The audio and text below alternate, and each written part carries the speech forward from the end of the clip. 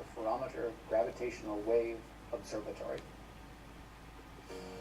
LIGO is really two observatories that work in unison in tandem. The LIGO interferometer has arms that are about 2.5 miles long, 4 kilometers. We have a laser. The laser produces the purest light you can possibly make. It produces light that's so coherent that it's capable of detecting gravitational waves. We have these very massive mirrors. They weigh 40 kilograms, which is 88 pounds. They're about this thick, and they're just the purest material you can imagine. The NSF, of course, had to be the source of funding for anything that would be as expensive as this. This was going to be a very high-risk experiment. It was from its very inception. If you think about this in the 70s and 80s, I'm amazed at how bold it was to do this, and visionary. It was bold and visionary. There's no other way to describe it. NSF management, the National Science Board, they had to really step up to that. And they had a lot of discussions, brought in a lot of experts. There was great debate going on. But in the end, the people who thought it could be done won the day, and they went after it.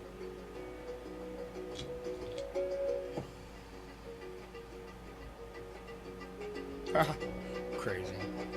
Gravitational waves were predicted by Einstein about 100 years ago, and they are dynamical perturbations in the fabric of space-time, ripples in space-time, if you will. A ripple in the fabric of space and time, the same way as a ripple on a pond is a ripple in the shape of the surface of the water.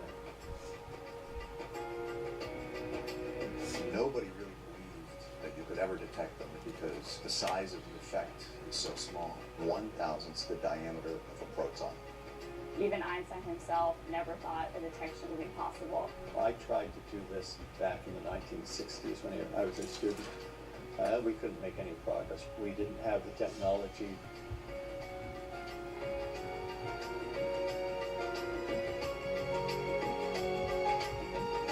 The idea was extremely simple, and it turns out to be the basis of LIGO.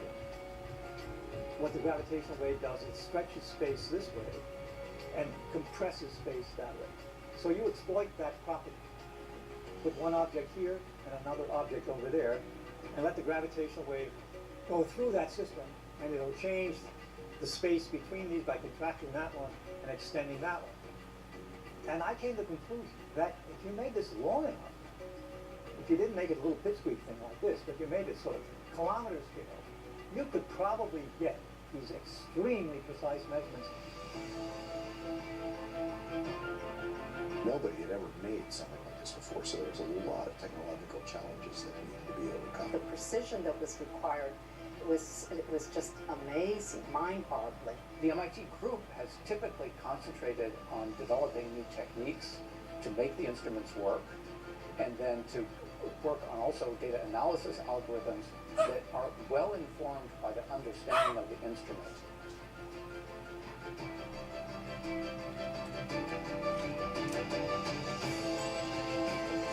We have observed gravitational waves from two black holes forming a larger black hole. Two black holes merging together, literally nearly the speed of light, to produce a bigger black hole. How cool is that? I said, holy mackerel. This is the beginning of a whole new way of studying the universe. It's monumental. It's like Galileo using the telescope for the first time. Every time we have pointed a new instrument into the sky, nature has revealed secrets to us that we haven't known before. And so I feel very confident that this is just the beginning of such an era for gravitational wave observations as well. Who knows what we'll see? I would love to see Einstein's face if he could read this article that we just put out. I mean, he would have been as... Like and subscribe to my channel, guys. It's Thanks. a wonderful proof that all of this incredible stuff, a strong field of gravity, Timothy is Tucker, in his Dr. equation. YouTube. Just imagine that. To me, that's a miracle that happened. Man's thinking, and also all the elegance, not only in the theory, but the elegance in the experiment. I mean, that is a human endeavor that I think everybody in the world should be proud of. I had to tell you. Gravitational waves are the last prediction of Einstein's theory of general relativity, and they seem almost impossible to detect.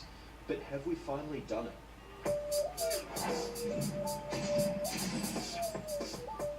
What is it about Einstein? Why is he the most famous and best loved smart person ever? It has a lot to do with his revolutionary theory of general relativity, in which he showed us that the force of gravity is an illusion. Instead, mass warps the fabric of 4D space-time, leading to what we see as gravitational motion. Check out this playlist for more details. Now, it turns out that general relativity makes predictions far beyond... Well, check out PBS Space-Time, guys. The deflection of light that we see as But yeah, they gravitational found motion. gravitational. There's the slowing of time in gravitational fields. There's the dragging of space-time by spinning masses. Einstein is amazing because every... Okay? Just thought I'd bring that to you. They discovered it, guys. Later.